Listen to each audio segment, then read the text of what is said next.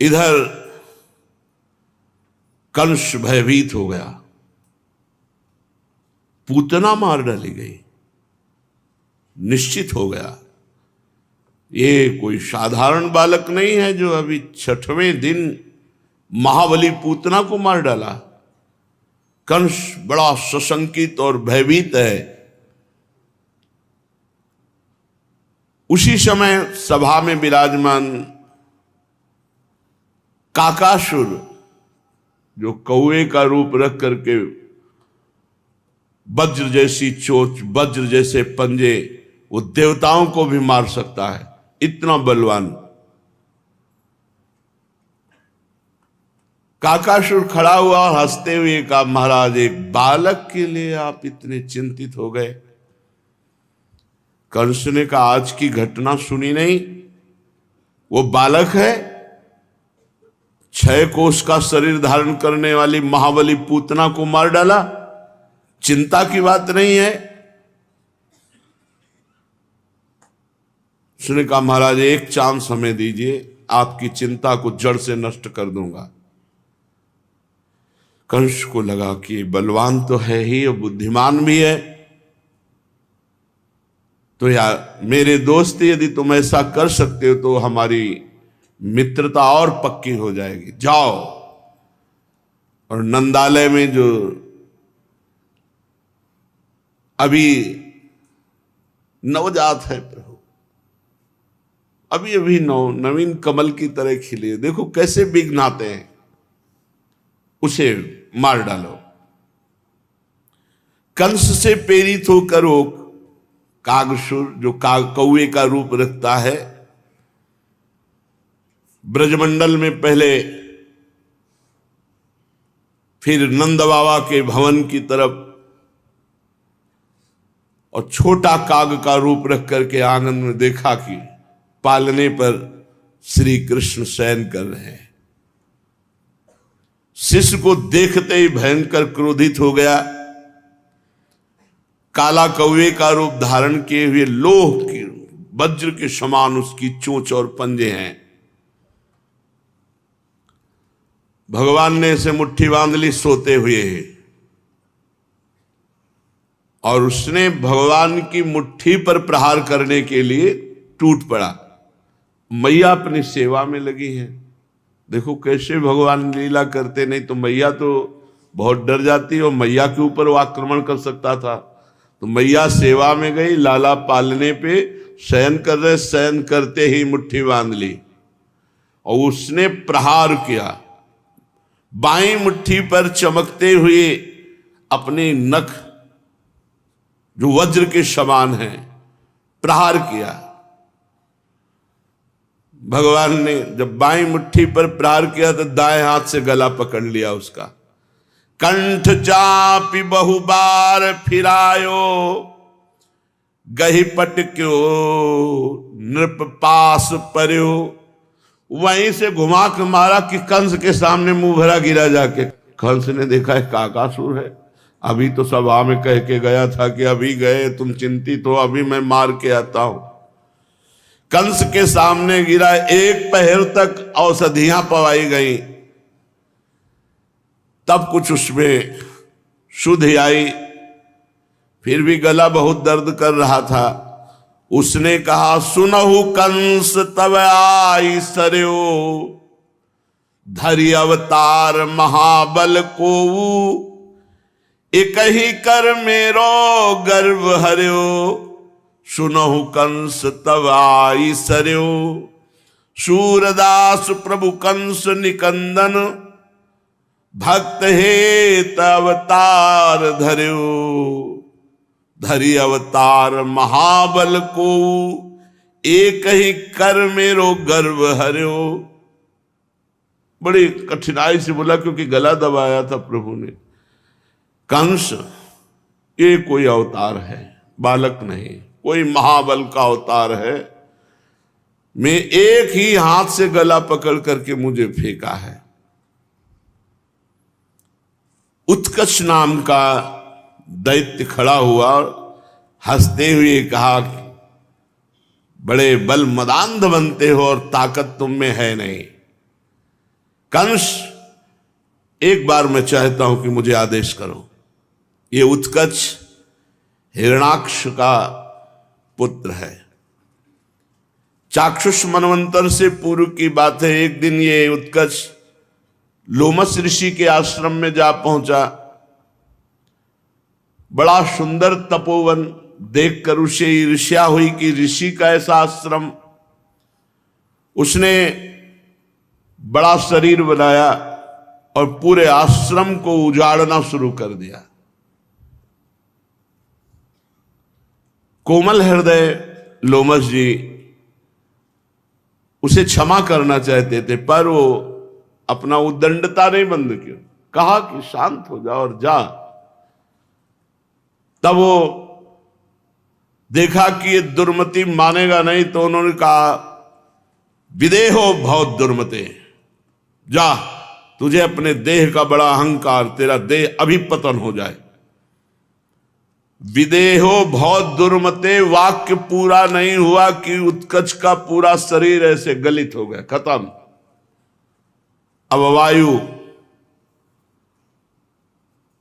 वायु रूप में वो पुकार पुकार के कह रहा, क्षमा करो हे ईश्वर, मैं बार बार आपसे जीवन दान चाहता हूं, क्षमा करो, मैं बहुत कष्ट में हूं। महात्माओं को गुस्सा पानी में जैसे लकीर करे ना, बस ऐसे होता है गुस्सा। वो भी उसके कल्याण के लिए होता। कभी अपने स्वार्थ की पूर्ति में बाधा पड़ने पर क्रोध नहीं होता। जब परमार्थ में बाधा होती तब उनको क्रोध आता है, और वो भी क्रोध एक क्षण के लिए, जैसे पानी में लकीर खींचो, खत्म। बड़ी अनुकंपा, बड़ा दुलार करने लगे। अच्छा, तुम्हें बहुत पीड़ा है, थोड़े दिन तो तुम्हें कष्ट भोगना पड़ेगा। सच्चिदानंद भगवान श्री कृष्ण का जब अवतार होगा, तब उनके हाथ से तुम्हारा उद्धार हो जाएगा, तुम अपने स्वरूप को प्राप्त हो जाओगे। काफी समय हो गया था, बड़ा भूख प्यास से व्याकुल वायु रूप होकर भयंकर भटकता रहा।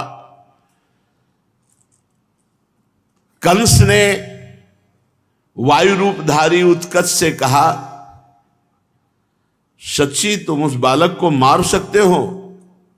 उत्कच ने हंसते हुए कहा, अभी हमारा आतंक आपने देखा नहीं। अगर मैं सभासदों के बीच में बोल रहा हूं कि ब्रज भीतर उपजो मेरो रिपु, मैं जानी यह बात, दिन ही दिन वो बढ़त जात है, मुंह को करिए घात। दनुज सुता पूतना पठाई, छिनकई मांझ संहारी, और घीच मरोर दियो कागासुर मेरे ढिग फटकारी। ऐसो कौन मारी है ताको, मोही कहे सो आई, वाको मारी अपन पो राखे, सूर ब्रज सो जाई। कंस ने कहा कि तुम सभासदों के बीच में उत्कच ऐसी बात करते हो, और मुझे विश्वास नहीं, क्योंकि उसने पूतना को मार डाला, कागासुर की दुर्दशा कर दी। ऐसा कौन उस बालक को मार सके? मानो प्रज्वलित अग्नि में घृताहुति पड़ गई हो। कंस के वचन से उत्कर्ष गर्व को प्राप्त हुआ, अहंकार करते हुए कहने लगा, मैं राक्षसों का सेनापति हूं, हिरणाक्ष पुत्र हूं, शरीर नहीं है तो क्या मैं वायु रूप से पूरे ब्रज को नष्ट कर सकता हूं? कंस ने कहा, जाओ एक बार तुम भी उपाय करके देख लो। बवंडर रूप, हो जो ऐसे घूमता हुआ बवंडर होता है ना, ऐसा रूप धारण किया उसने। दो कर जोरी भयो उठी ठाढ़ो, प्रभु आयस मैं पाऊं, ही आते जाए तुरंत ही मारो, कहो तो जीवित लाऊं। और कंस से कहा, तुम आनंदित रहो, कहो तो मार कर वहीं फेंक दे या जिंदा तुम्हारे सामने ले आवे। कंस ने भूरी भूरी प्रशंसा की, वाह वीर, जाओ उसको मार डालो। ब्रजेंद्र नंदन कि प्राण हरण का संकल्प करके वो भीषण दैत्य ब्रज की तरफ चला मथुरा से, और ब्रजेंद्र नंदन योगींद्र मुनिंद्र दुर्लभ चरणारविंद उनको मारने की, जो काल के भी महाकाल है। बीच बीच में घबराहट पैदा हो जाती कि पूतना को मार डाला, कागासुर की दुर्दशा कर दी, कहीं ऐसा तो नहीं कि मेरा शरीर तो लोमस जी ने ले लिया और जान ये ले ले। बीच बीच में घबरा जाता है, फिर रुक जाता है, फिर हिम्मत किया और बाबा के महल की सीमा पर आकर राउंड लगा रहा है। वो वैसे चलता ना, घूमता हुआ वायु चक्रवात, ऐसे मानो बाबा के महल की परिक्रमा कर रहा हो, चारों तरफ वो घूम रहा है। शरद और हेमंत की संधि का प्रभात है, चारों तरफ आनंद ही आनंद ब्रजमंडल में छाया हुआ है। ब्रजेंद्र गृहिणी यशोदा मैया आज रोज उत्सव हो रहा है, कभी नक्षत्र का उत्सव, कभी ये उत्सव, उत्सव स्वरूप ही वो उत्सव की व्यवस्था में लगी हैं। रोज ब्राह्मणों को बुलाना, अभिषेक कराना, दान देना, ब्राह्मणों को भोग पवाना, गौओं की पूजा करना, ब्रजवासियों को बुलाना, उनको पवाना, रोज उत्सव हो रहा है। रोहिणी जी के सहित वो सेवा में लगे हैं, पर धीरे से एक बार सेवा करते करते लाला का दर्शन कर लेते हैं। सुखपूर्वक लाला शयन कर रहा है। अगर जरा सा भी शंका हुई तो दौड़ करके पहुंच जाती है नजदीक, लाला को गोद में उठाती है, दुग्ध पान कराती है, फिर शयन करा देती है।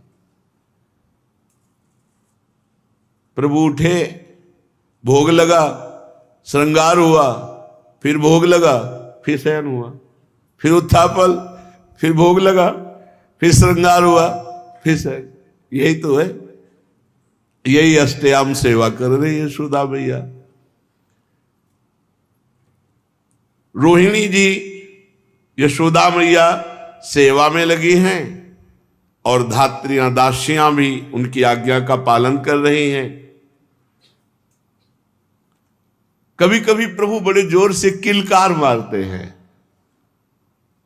दौड़ पड़ती है धात्री, यशोदा जी, रोहिणी जी नजदीक आती, छोटे छोटे वाद्य रखे, झुनझुनाए, ऐसे ऐसे अखिल कोटि ब्रह्मांड नायक प्रभु किलकारियां मारते हैं। नंदन अभी कोई झुनझुना बजा रहे, कोई कुछ गा रहे, इतने में धीरे से करवट लिया।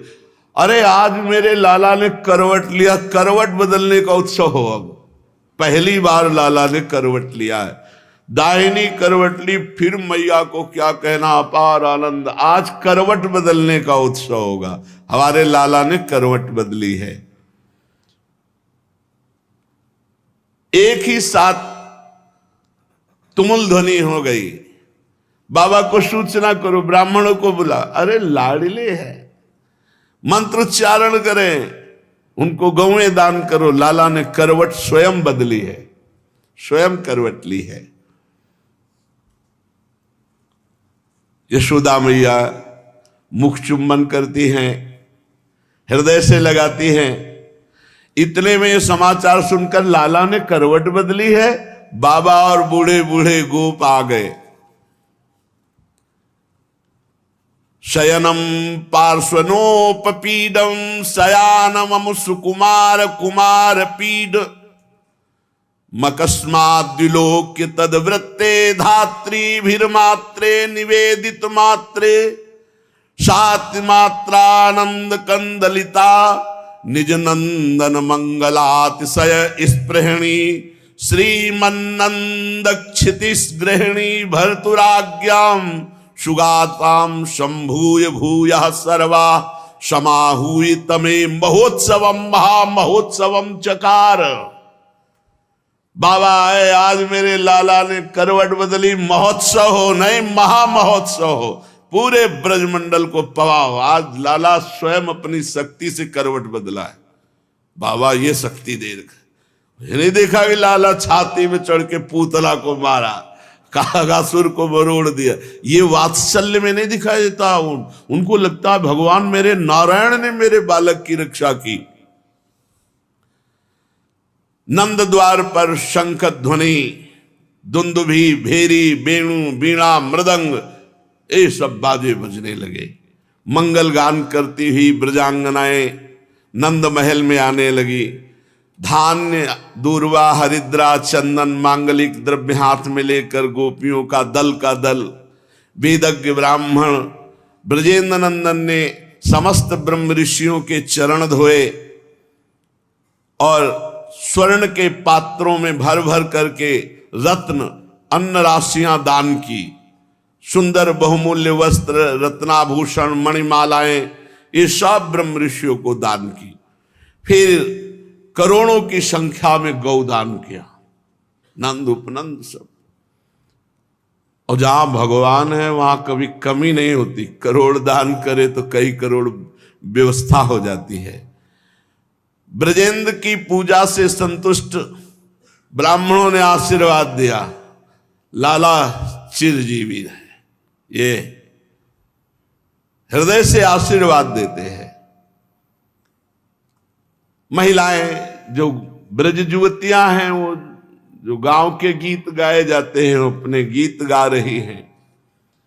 ब्रजरानी ने उपटन लगा करके लाला को स्नान कराया।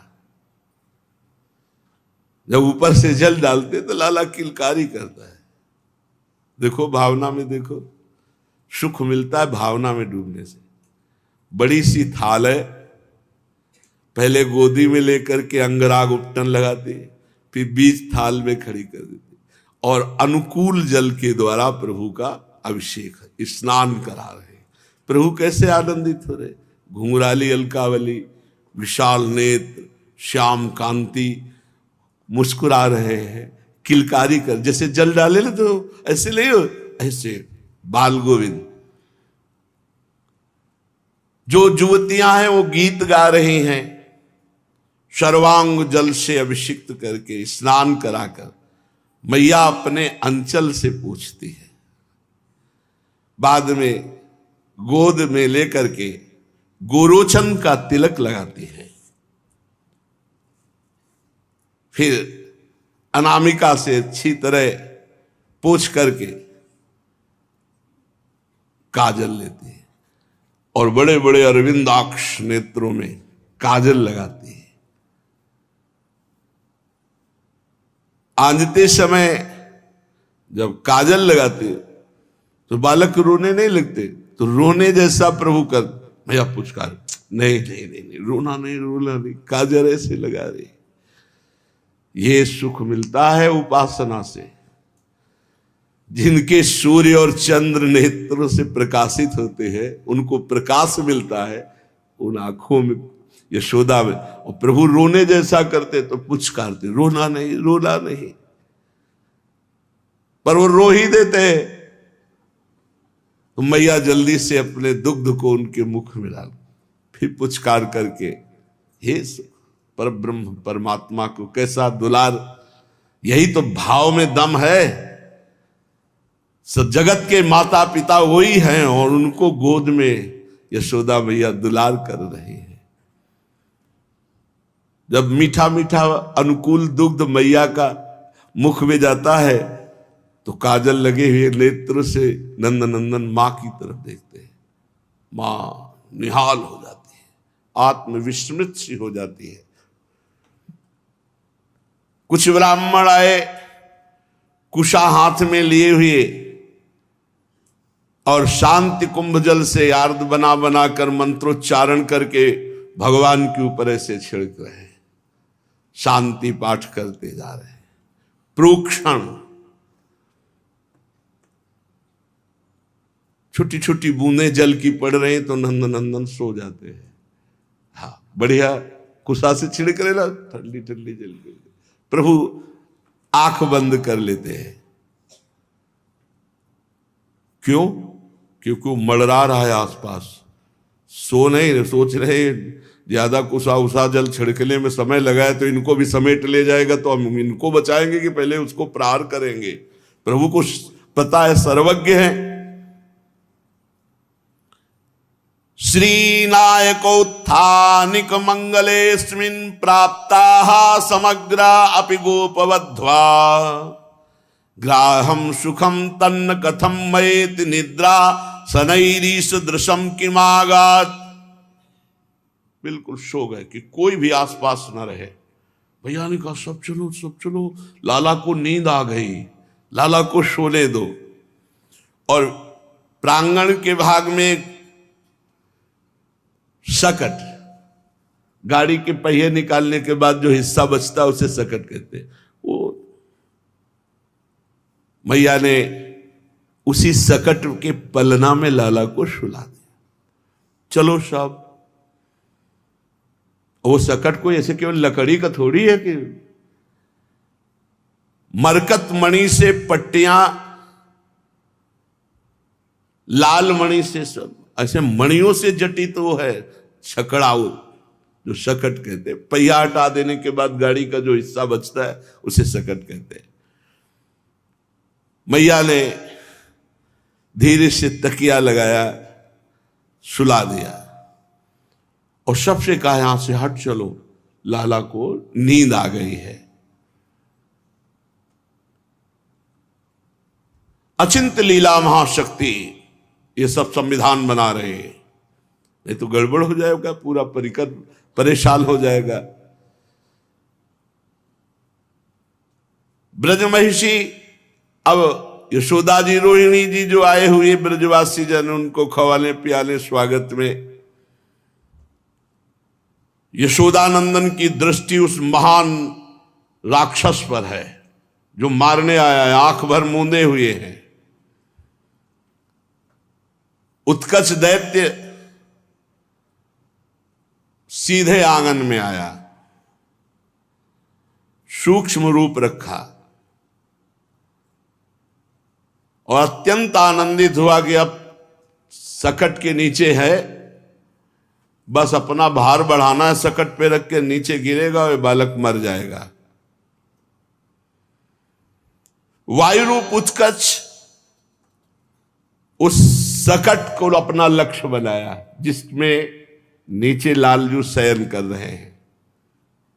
लालजू ने दृष्टि डाली, आओ बेटा, तुम्हारे बाप तो हम ही है, जगत के तो है ही, लेकिन तुम्हारे भी है, तुम कितनी चतुरता करोगे, हमें तुम बालक समझते हो।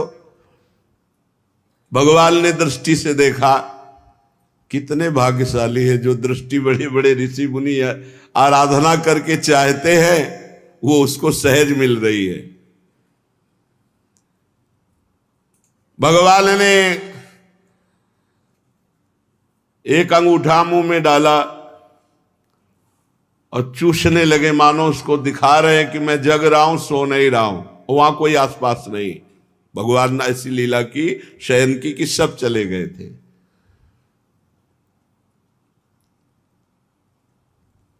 वैसे भी अंगूठा चूसने का अभ्यास है प्रभु को। उसमें आता है ना कि भगवान अपने कर कमल से चरण का अंगूठा, चरण का, करार विंदेन मुखार विंदम पदार विंदे विनवेशयंतम वटस्य पत्रस्य पुटे शयानम बालम मुकुंदम मनसा स्वरामी। तो कर पग गही अंगूठा मुख मेलत, प्रभु पौढ़े पालने अकेले, हरसी हरसी अपने रंग खेलत। अभी सोने की लीला करो, जब चले गए ना तो आनंदित हो। मान लो जैसे कोई पहलवान युद्ध करना हो तो थोड़ा अंग अपने, तो अपने अंग और अंगूठा पी रहा। जे चरणारविंद श्री भूषण उरते ने कुनटारती, देखो धोका रस चरणन में मुख मेलत कर आरती। जो चरणारविंद के रस को सुरमुनि करत विषाद, सोरस है मोहू को दुर्लभ ताते लेत स्वाद। ये सब लोग हमारे चरणों की क्यों वंदना करते हैं? बड़े बड़े ऋषि मुनि चरणों का ध्यान करते हैं, तो क्या स्वाद चरणों में? तो भगवान चरण पकड़ के खुद अपने अंगूठा का स्वाद ले रहे हैं। इसी समय वो सकट पे पहुंचा, वही उत्कच, और एक बार भगवान को देखा।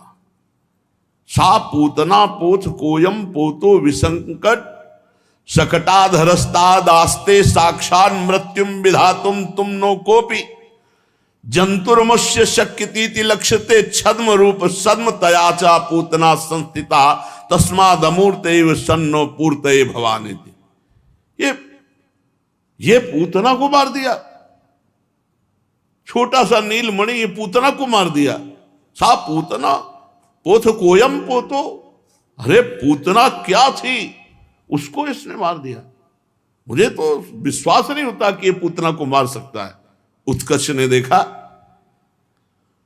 तो भी मैं आज इसके प्राण हर ही लूंगा। वैसे तो बहुत सुंदर है और इतना सुकुमार है कि पूतना को कैसे मार सकता है। ऐसा निश्चय करके सकटे पर अपना जाकर बैठ गया और वजन बढ़ाने लगा। आसुरी माया का विस्तार, सकटा भारी वजन, और उसने जितना वजन लगाया पूरा अपनी आसुरी माया का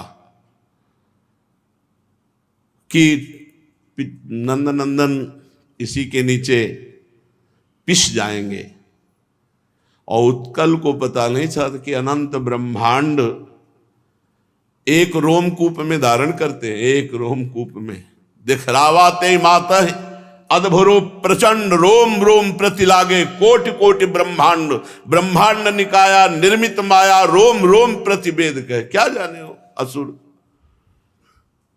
भगवान को पीस डालने की इच्छा से पूरा भार रख दिया उस छकड़े के ऊपर। भगवान ने कहा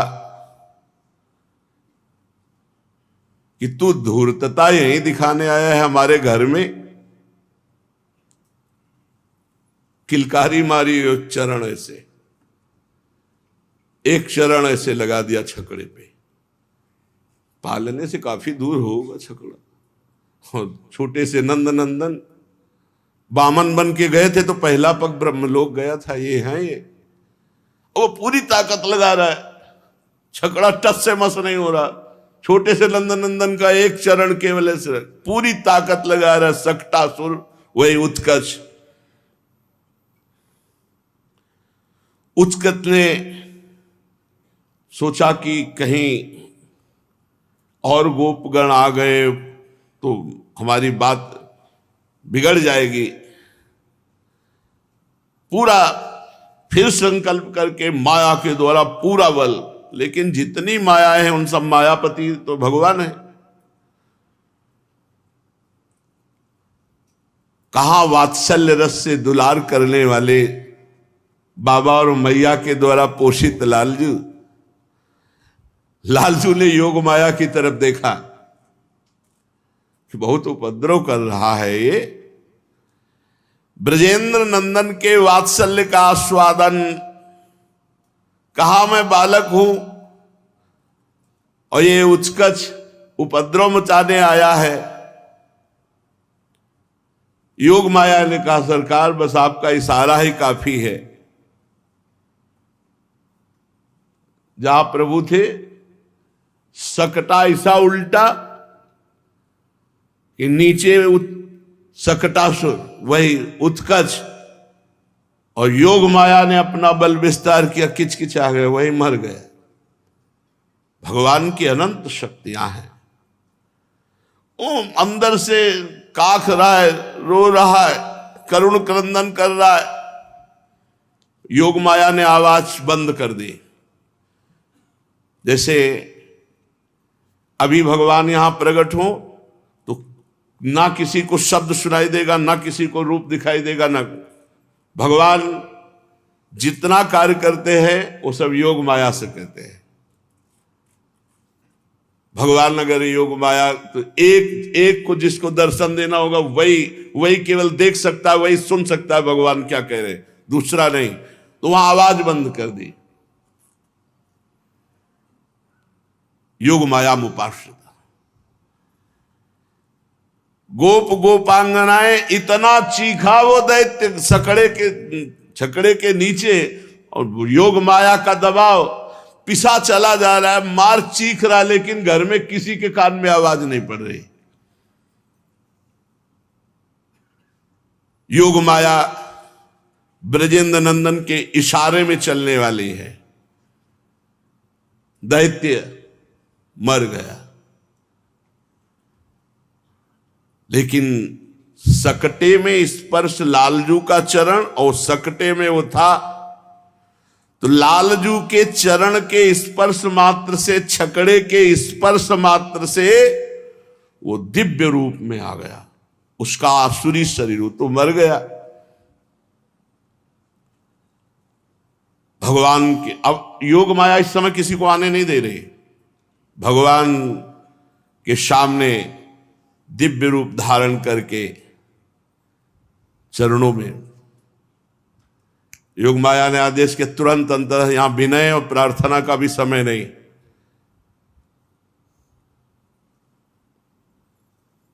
वो भगवान की अनुमति से अब आवाज पहुंची छकड़े की।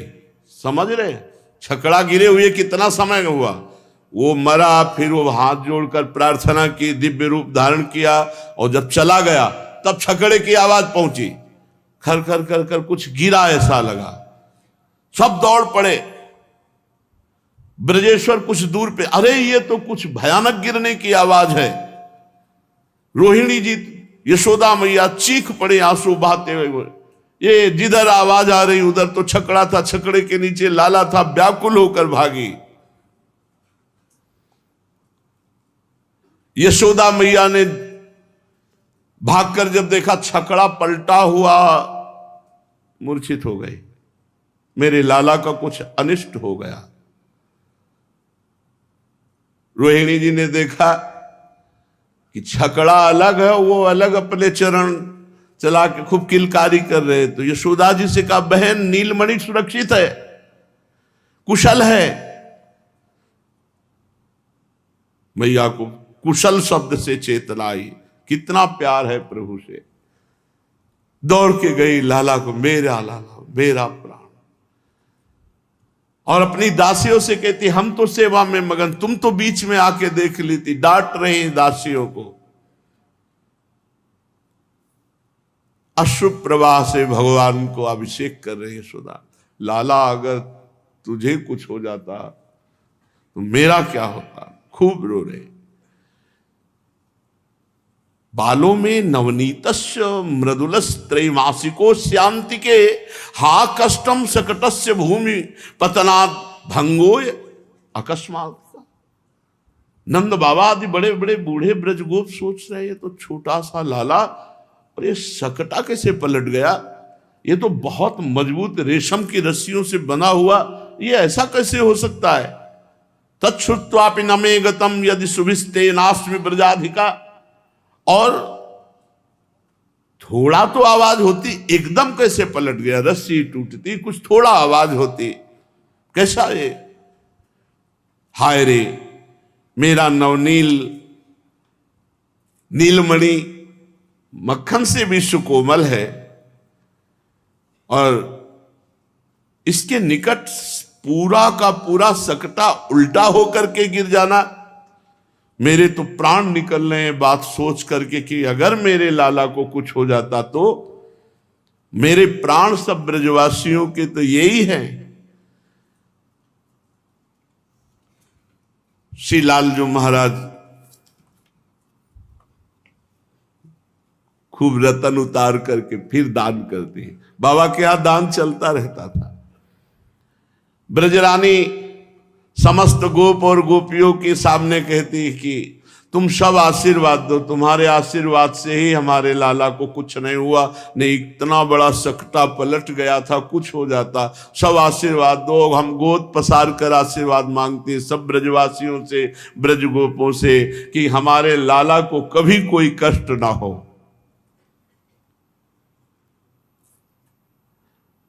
अब नंद भवन में बड़ी सावधानी रख ली जा रही। फिर ब्राह्मणों को बुलाया, स्वस्थ वाचन मंगल दान।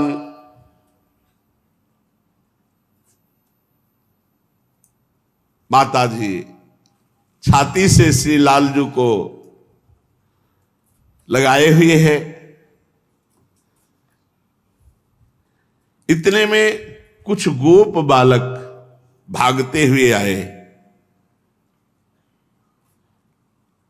और वो लालजू से, उनके नित्य सखा है, लालजू से कुछ बात कर रहे हैं तोतली बाड़ी में। मामा मम पापार्षतः सूर्यताम या यदा चा चा चा चरण मुमुत्था पितवानयाम ता ता ता तदा ते तेन स्पृष्ट मात्रो डी डी डी डी दीन इवोद वृता सोयम स स सकटा।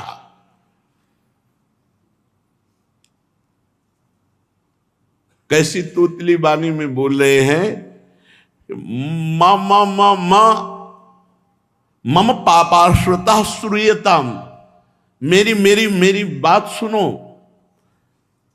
या यदा चा चा चरण मुमुत्था पितवानयाम, ये जो सकटा पलटा है मैंने दूर से देखा है। ये कन्हैया ने लात मारी सकटा। ताता ता तदा ते तेन स्पृष्ट मात्रो डी डी डी डी दीन इवोद वृता सोयम स स सकटा। ये जो पूरा माटों सहित सकटा पलटा है, ये कन्हैया ने लात मारी है, इसी से पलटा है। बाबा ने कहा अभी सीधे उठ के तो बैठना नहीं आता, लात मारेगा, सकटा पलट जाएगा। रुदतानेन पादेन क्षिप्त मेतन संशय। कैसे ऐसा हो सकता है, मेरा छोटा सा लाला। किंतु वो ब्रजवासी बालक बार बार कह रहे कि इसी के चरण के प्रहार से सकटा पलटा है। बाबा ने माखन दे देकर, हाँ ठीक है जाओ। वात्सल्य के आगे विश्वास नहीं होता, ध्यान रखना, वात्सल्य के आगे विश्वास नहीं होता। ऐश्वर्य का उपनंद जी ने और बूढ़े ब्रजवासियों को बुलाया, गणित लगाई, कैसे पलट सकता है, इतना मजबूत बंधा था, ऐसा कैसे। बाबा ने कहा गणित बाद में लगाना, पहले छकड़ा ठीक करो। जवान जवान बलिष्ठ गोपों ने, जो 50 की संख्या में थे, सकटा को ठीक किया, सामग्री रख दी गई। बड़ा वेद मंत्रों के द्वारा पूरा घर पवित्र किया गया। विप्रा मंत्र विदो युक्तास्तैर्याः प्रोक्तास्तथा शिषा ता निष्फला भविष्यन्ति न कदाचिदपि स्फुटम। मैया को इस सकट गिरने से बहुत भय लग गया। अब कभी अकेले नहीं छोड़ना लाला को, चाहे रोहिणी जी रहे या कोई सखी रहे और या मैया रहे, एक दो तो पास ही रहेंगे। नंद बाबा तो एकांत में हुए हो, कहा हे नारायण, पग पग पर विपत्ति आती हो, आप कैसे बचा लेते हो हमारे पुत्र को। और ये नहीं कह रहे, सोच रहे कि जिनके अंश से नारायण प्रकट हुए वो स्वयं अंशी भगवान है। अब ब्रजेश्वरी पहली बात तो एक क्षण गोद से ही नहीं उतारती थी, और अगर कहीं उतारा तो रोहिणी जी या कोई न कोई धाय मां वहां उपस्थित रहेगी। शाम हुई, लाला को शयन करा रहे। जसुदा मदन गोपाल सुआवे, देखी शयन गति त्रिभुवन कंपे, ईश बिरंची भ्रमावे। जब ये शयन करते तो पूरा समेट के शयन करते, मैं ब्रह्मलोक तक सब बोले पूरा कंपायमान अनंत ब्रह्मांडों का कर विनाश करके सबको अपने में लेके शयन करते, उनको यशोदा मैया स्वयं शयन करा रही। असित अरुण सितयालस लोचन उभय पलक परि आवे, जनु रवि गति संकुचित कमल जुग निश अली उड़न न पावे। मानो कमल संकुचित हो रहे रात्रि में, ऐसे प्रभु के नेत्र मुंद रहे हैं। कैसे लाल लाल छोटे छोटे ओष्ठ हैं। श्वास उदर उससित यो मानो दुग्ध सिंधु छवि पावे। जब तो उदर जो भगवान का ऊपर नीचे हो रहा है, बड़ी शोभा हो रही। नाभि सरोज प्रगट पद्मासन उतरी नाल पछितावे।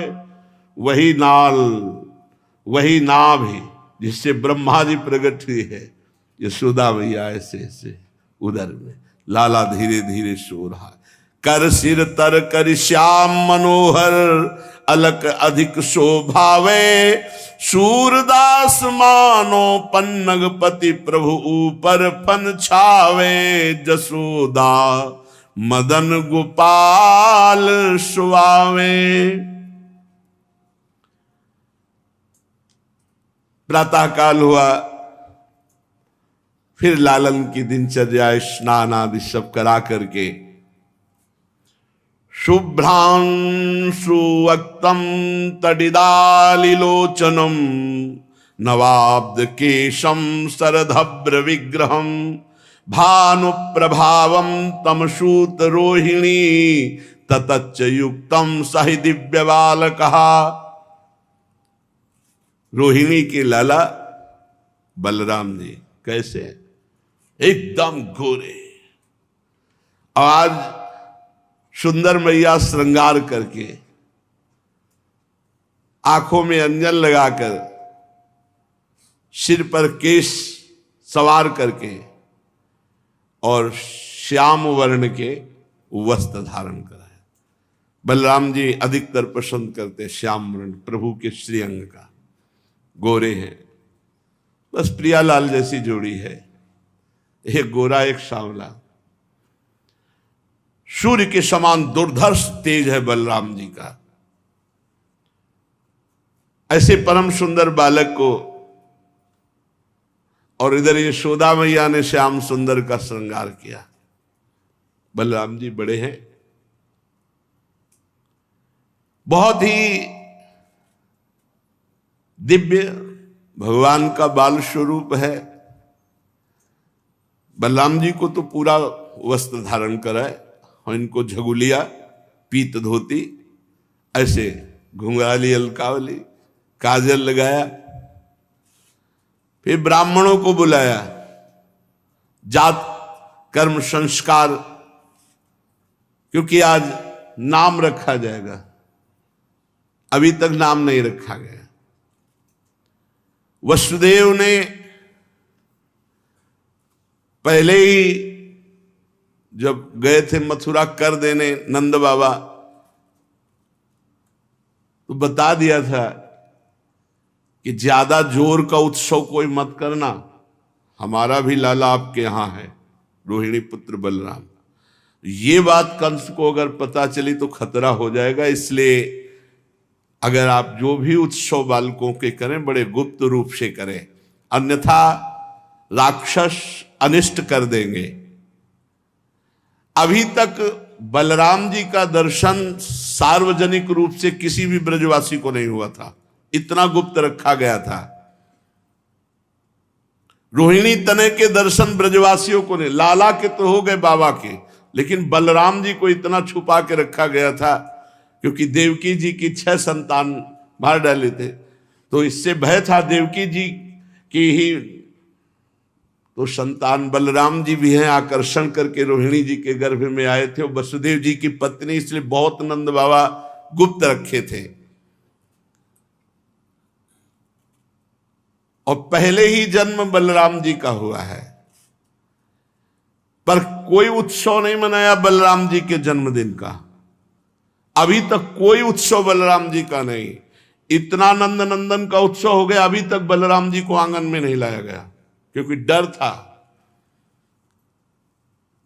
अब सबसे पहले बलराम जी को अब लाया गया नंद नंदन के पास। अभी तक गुप्त रूप से बलराम जी को रखा गया। जो ही बलराम जी ने, वो तो उन्हीं के संग हृदय ही है, पर जे ही प्रथम बार नंद नंदन को देखा तो आनंद अश्रु बलराम जी के चल रहे, छवि में भर गए, मानो समाधि लग गई अपने प्रभु को देखकर। शेष जी है ना, रोहिणी तने यशोदानंदन का ये परस्पर प्रथम मिलन, पूज्य राधा बाबा लिख रहे हैं, ये प्रथम मिलन यहां है, अभी तक नहीं मिले। कितने आश्चर्य की बात है, कितना बलराम जी को गुप्त रखा गया। शुभ मुहूर्त, बड़े बड़े ब्राह्मण, बालक युगल मिदो पृथगालयाम्ब नतामेव, अलग गुप्त महल में रखा गया था बलराम जी को, जहां किसी का भी प्रवेश नहीं, केवल रोहिणी जी जाकर उनको पवाना शयन कराना बस।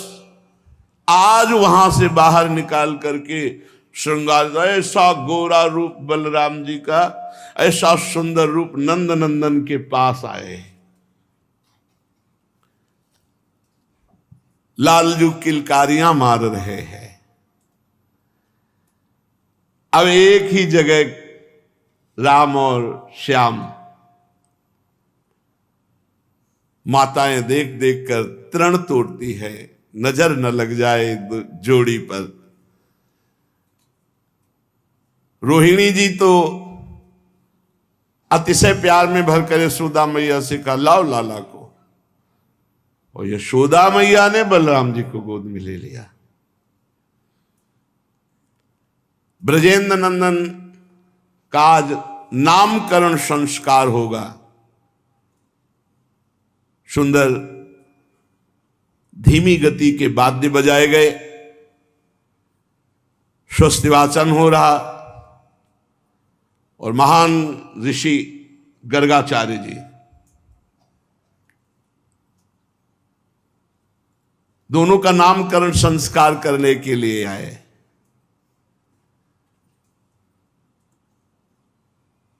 कहा कि देखो,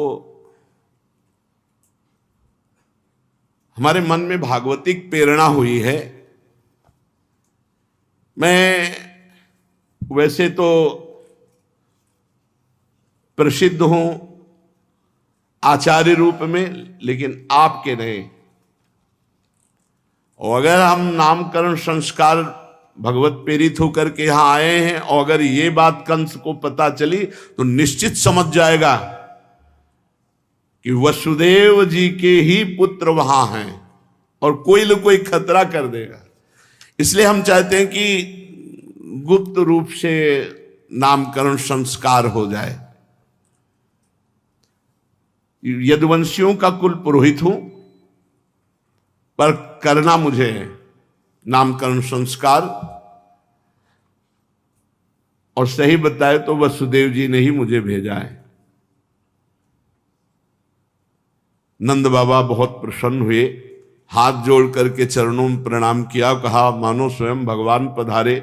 गर्गाचार्य जी आप विराजिए, उनके चरण धोए, आरती पूजा की, बड़ा अभिनंदन किया, और कहा भगवान संत तो पूर्ण काम होते हैं, वो तो हम जैसे गृहस्थों को पावन करने के लिए पधारते हैं। आप जैसे महात्माओं का हमारे जैसे गृहस्थों के घर आ जाना परम कल्याण का स्वरूप है। हम तो घरों में इतने उलझ गए हैं कि हमारा चित्त जो है भगवान, या देखो कैसी दैन्यता, भगवान आंगन में खेल रहे। हमें लगता है कि हमारे कल्याण के लिए भगवान नारायण ने आप जैसे महापुरुष को भेजा है। प्रभु आप जैसे संत इंद्रिय और बुद्धि की सीमा के बाहर के हैं, हम पहचान नहीं सकते, लेकिन आप सब त्रिकालज्ञ महापुरुष हैं, ज्योतिष शास्त्र के ज्ञाता हैं, ब्रह्मवेताओं में श्रेष्ठ है, आज्ञा कीजिए। उन्होंने कहा कि मैं यदुवंशियों के आचार्य के रूप में जगत में प्रसिद्ध हूं, यदि मैं प्रगट उत्सव रूप करके तुम्हारे पुत्रों का नाम रखूंगा तो कंस पक्का समझ जाएगा। कंस की बुद्धि बुरी है, वो पाप सोचा करते हो। वसुदेव जी के साथ तुम्हारी घनिष्ठ मित्रता है, और जब से उसने सुना देवकी की कन्या, तो उसने निश्चय कर लिया कि देवकी की कन्या नहीं हो सकती, आकाशवाणी थी 8वां पुत्र होगा जरूर। कुछ अगर उसको पता लग गया तो फिर अनिष्ट हो सकता है। तुम्हारे पुत्र का संस्कार कर दूं और तुम्हारा पुत्र को वसुदेव का लड़का मानकर कुछ अनिष्ट करे, इसलिए वो आया हूं करने नामकरण संस्कार, पर गुप्त रूप से करूंगा।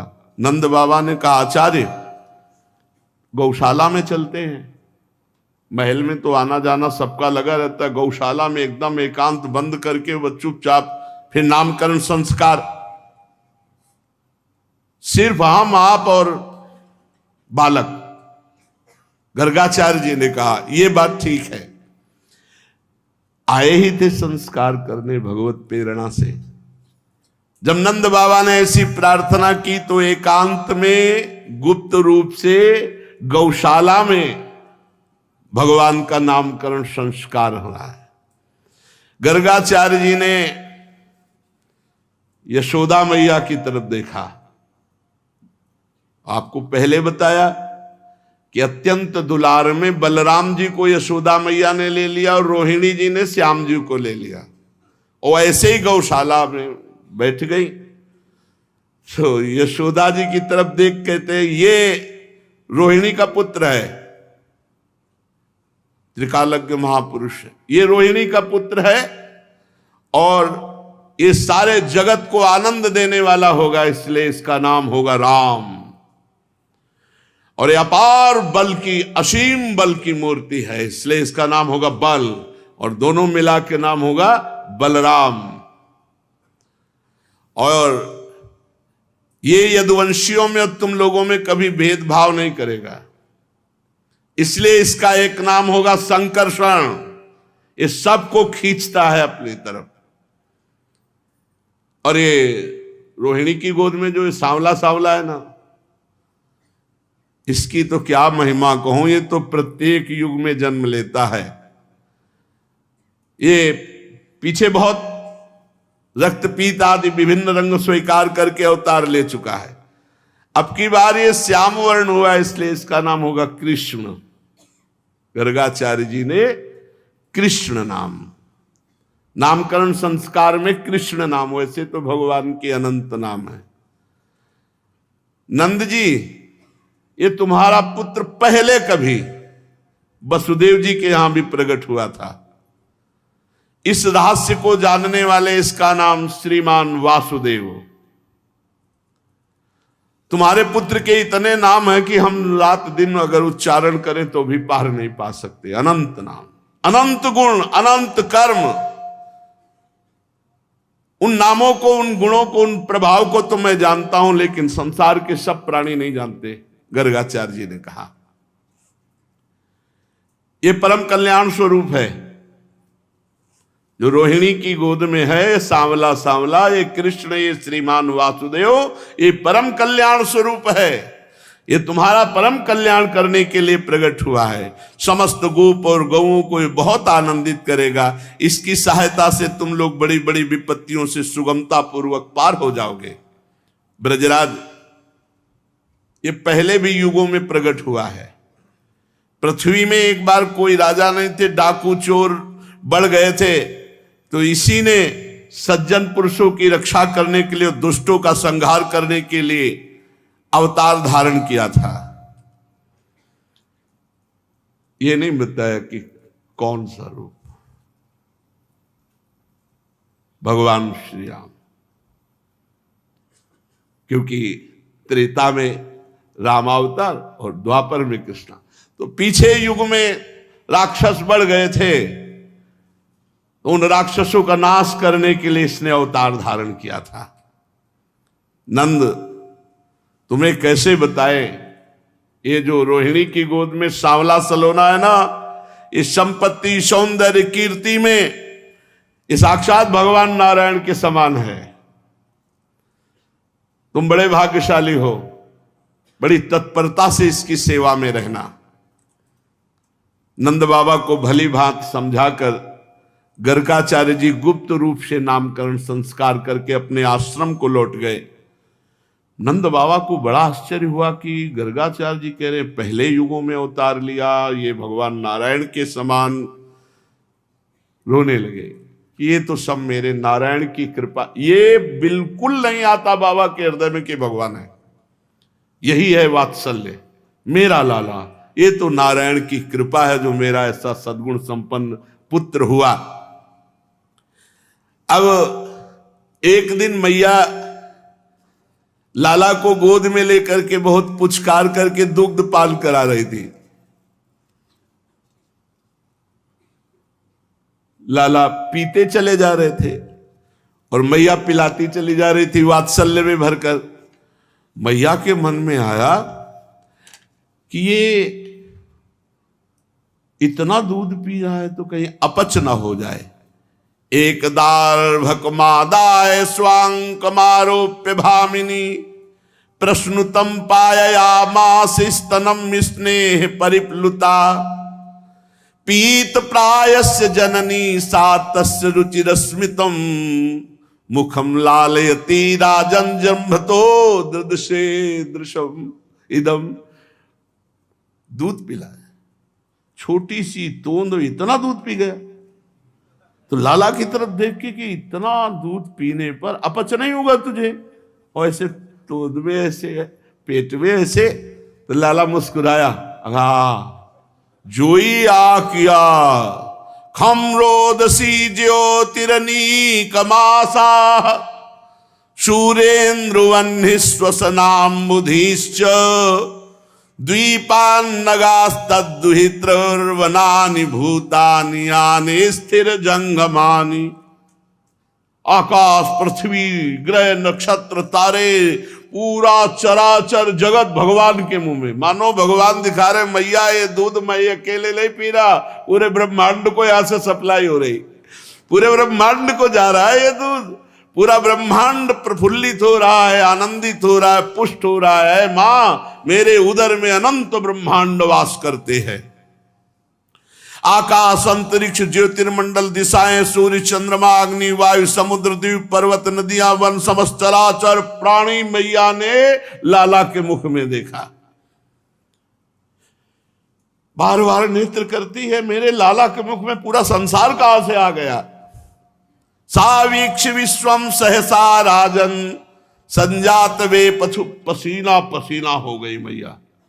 वात्सल्य ने ऐश्वर्य को डांट लगाए, यहां तेरा काम नहीं है। तत्काल वो दृश्य गायब हुआ। फिर वात्सल्य उमड़ा। मैया ने कहा मेरा लाला, ये मेरी निगुड़ी आंखों में ही कुछ हो गया, पता नहीं दुनिया दिखाई देती लाला के मुंह में। और फिर देखा तो लाला मुस्कुरा रहा है। लाला को छाती से लगाया। एक दिन लाला को बहुत प्यार से गोद में बैठाले हुए मां दुलार कर रही थी। एकदारोह मारूढ़म लालयंती सुतम सती गरिमाणम शिशोरवो ढुम्न से हे गिरिकूटवत। भगवान मानो कोई पर्वत हो, ऐसे शरीर भगवान का। यशोदा मैया की टांगें दर्द करने लगी, कितना तगड़ा हो गया है, इतना पीड़ा कैसे हो सकती। और उधर कंस के पास जब सूचना पहुंची कि जो तुम्हारा उत्कच था ना वही सब कच्छ हो गया, दोबारा तुम्हारे खबर भी देने नहीं आएगा। कंस ने बवंडर रूपधारी तृणावर्त को भेजा, जाओ। वो सीधे बवंडर भयंकर रूप रख करके भगवान ने कहा मैया को गोद में, मैया हमें गोद में लिए, वो मैया को भी उड़ा ले जाएगा। इतना जोर का वजन किया कि मैया ने कहा आज लाला को इतना कैसे वजनील हो गया। भूमौ निधायतम गोपी विस्मिता भार पीड़िता महापुरुष मादध्यो जगता मास कर्मशु। इतना भार से पीड़ित हो गई कि ढनगा दिया जमीन में से। ओहो कितना गरु हो गया लाला। और इसीलिए भगवान ने अपना वजन बढ़ाए कि मैया यहां से सेवा में जाए। लाला जो ही जमीन में ऐसे, लाला मानो सो गया, चलो थोड़ा सो जा, हम काम कर लेते, यही चाहते थे भगवान। इसके बाद वो भगवान नारायण का स्मरण करते हुए घर के काम, तृणावर्त ने देखा बढ़िया अवसर है, निजी का सेवक था कंस का, ये कंस की प्रेरणा से वायु रूप होकर के आया और भगवान श्री कृष्ण को उठाया और बस आंगन से आकाश और आकाश से ब्रजरज से पूरा गोकुल ढक गया, किसी को कुछ दिखाई नहीं दे रहा, बस भयंकर साए साए वायु की आवाज और धूल भरी वायु। 48 मिनट तक तो कुछ दिखाई ही नहीं दिया, ऐसा अंधकार छा गया रज का। जब ये बवंडर चला तो मैया भाग करके वहां गई जहां लाला, लाला तो वहां था नहीं। मैया तो बहुत घबरा गई, बेसुध हो गई, अपना पराया कुछ सूझ नहीं रहा, जिधर देखो उधर धूल भरी आंधी। जैसे बछड़े के बिछुड़ जाने पर गाय की दशा होती है, ऐसे मैया व्याकुल हो गई, रोने लगी, यहां तक कि मूर्छित होकर पृथ्वी पर गिर पड़ी। क्या भगवत प्रेम है। भगवान ने बवंडर रूपधारी उस तृणावर्त का गला पकड़ा और जब आकाश ले गए और कस के दबा दिया, और भगवान ने इतना बोझा भारी किया कि वो सह न सका, न एक कदम आगे बढ़ सका। तृणावर्त भगवान श्री कृष्ण को नीलगिरी के समान सो इतना वजन बढ़ा लिया, भगवान ने कस के गला दबाया। शिशु रूप भगवान के गला दबाने पर वो निश्चेष्ट हो गया, असुर मर गया, आंखें बाहर निकल आई, बोलती बंद हो गई, प्राण पखेरु उड़ गए, अपना रूप असली धारण करके वहीं धम्म से गिर पड़ा। जे ही गिरने की आवाज सुनी, ब्रजवासियों ने देखा, अरे ये तो राक्षस है, और राक्षस की छाती में कन्हैया, जैसे पूतना की छाती में थे। दौड़ करके सब ब्रजवासी गए, भगवान श्री कृष्ण आराम से उसके छाती पे। क्या धन्य है ये दैत्य भैया, धन्य है, धन्य है। परब्रह्म परमात्मा छाती में अंतिम श्वास निकल रही, इनसे ज्यादा धन्य और कौन होगा। गोपिकाओं ने दौड़ करके लाला को गोद में उठाया, छोटे से लाला, और भार नहीं सह पाया तृणावर्त। मैया जब होश में आई, लाला गोद में दिया, मैया अत्यंत आनंदित होकर बार बार भगवान नारायण को प्रणाम कर रही, भगवान आपने हमारे बालक की रक्षा की। यशोदा मैया बाबा से कहते, बड़े आश्चर्य की बात है, देखो कितनी बड़ी घटना, ये कौन सा ग्रह नक्षत्र हमारे पीछे पड़ा है कि जब से बालक हुआ कोई न कोई देख लो। लोग कहते हैं हम बड़ी समस्या में, हम कहते हैं परमात्मा जब अवतरित होते तब यहां समस्या संसार डालता है, तुम तो मनुष्य हो। चाहे रामावतार देखो, चाहे कृष्णावतार देखो, देखो देखो ये राक्षस तो हमारे बालक को मृत्यु के मुख में डाल दिया था, परंतु हमारे नारायण भगवान ने जीता जागता हमें वापस कर दिया, और उस दुष्ट को उसका पाप ही खा गया। सच है, साधु पुरुष अपनी क्षमता से संपूर्ण भयों से बच जाते हैं। हम लोगों ने पता नहीं कौन सा ऐसा तप किया, यशोदा मैया नंद बाबा से कह रही, भगवान की पूजा की, या किसी प्यासे को पानी पिलाया, या कोई बाग बगीचा, या कोई दान पुण्य बना, जिससे हमारा बालक मरते मरते बच जाता है। ये बड़े सौभाग्य की बात है। जब नंद बाबा ने देखा कि महावन में बहुत सी अशुभ घटनाएं घट रही हैं, तो वसुदेव जी की बात पर बार बार याद आया कि वसुदेव जी कोई बहुत बड़े योगी हैं, वो कह रहे थे कि कोई न कोई अशुभ घटना घटेगी। भगवान सच्चिदानंद में अवतार ही इसीलिए लिए थे कि इन दुष्ट जनों का जो कभी भी उद्धार नहीं हो सकता था, उनको परम पद प्रदान किया। अब कृष्ण बलराम घुटनों के बल धीरे धीरे चलने लगे। ये बकैया बकैया आंगन में एक दिन लालजू महाराज घुटनों के बल चल रहे थे। देख लो भक्ति का प्रभाव, परब्रह्म परमात्मा को घुटनों के बल चला रहे, कैसा खेल।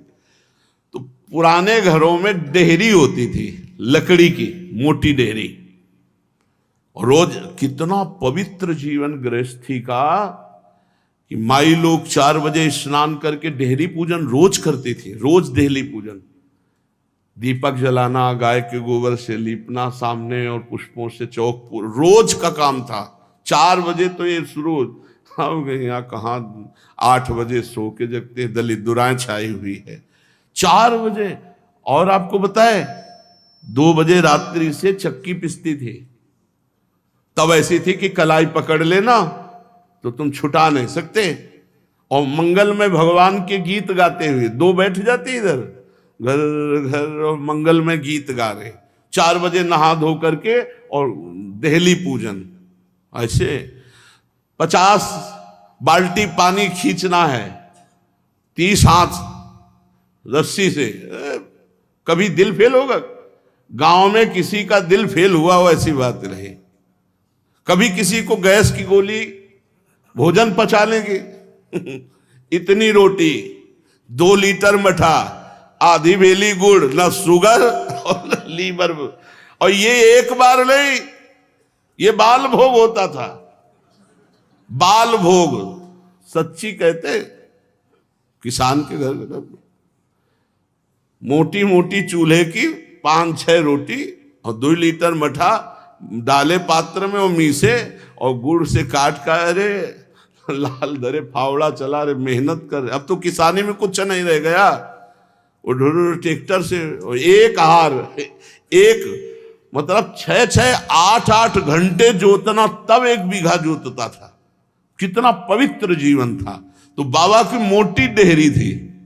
अब लाला घुटनों के बल चला और ऐसे डेहरी के सहारे, और डेहरी में जो चढ़े तो पेट तो डेहरी में रख गया, पीछे से चरण उठ गए और आगे से हाथ पहुंचे नहीं तो बीच में टंग गए ना। अब रोने लगे तो देवर्षि नारद जी बीड़ा बजाते हुए पहुंच, देखा प्रभु रो रहे हैं, ना तो आगे हाथ जा रहा ना पीछे पैर जा रहा है, क्योंकि बीच में टंग गए मोटी डेहरी नंद बाबा की। आसपास देखा, साष्टांग दंडोत में बोले प्रभु हटा दें आपको? अरे बोले चलो ये तुम्हारे लिए नहीं है, ये मैया के लिए है, चुपचाप खड़े रहो। दूर जाके वहीं दूर जाके नारद जी खड़े, रोना सुन, मैया रोना सुनकर भागती हुई आई, अरे मेरे लाला दासियों को डांटा देख।